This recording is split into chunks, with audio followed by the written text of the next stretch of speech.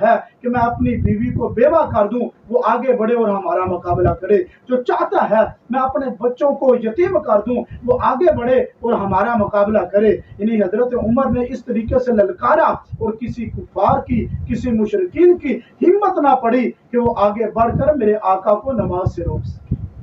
اسی وجہ سے میرے آقا کریم علیہ السلام نے حضرت عمر کو یہ لقب دیا فاروق اعظم، کہ یہ بہت بڑا فرق کرنے والے ہیں، کہ انہوں نے یہ فرق کر دیا کہ کافر اور مسلمان کے درمیان یہ فرق کر دیا، اور پہلے چھپ کر عبادت کرتے تھے، اب یہ علل اعلان عبادت کی جا رہی ہے۔ حضرت عمر رضی اللہ تعالیٰ عنہ کا اتنا روب دبدبا تھا، کسی کافر کی مجال، کسی کافر کی ہمت نہ ہوئی کہ وہ آگے بڑھ کر میرے آقا کو عبادت سے روک سکے۔ اس کے بعد علل اعلان میرے آقا کریم علیہ السلام اور مسلمان کو عبادت کرنے لگے۔ میٹھے اور محترم مسلمانوں، یہ حضرت عمر رضی اللہ تعالیٰ عنہ کا یہ اسلام کا واقعہ تھا کہ کس طریقے سے آپ نے اسلام کو قبول کیا، اور اسلام کو قبول کرنے کے بعد آپ نے علل اعلان عبادت کے بارے میں بھی مشورہ دیا، اور عبادت پھر کی اور علل اعلان عبادت ہونے لگی، اور اس سے اسلام کو اتنی قوت، اتنی طاقت ملی کہ مسلمانوں کا جذبہ اور زیادہ بڑھ گیا۔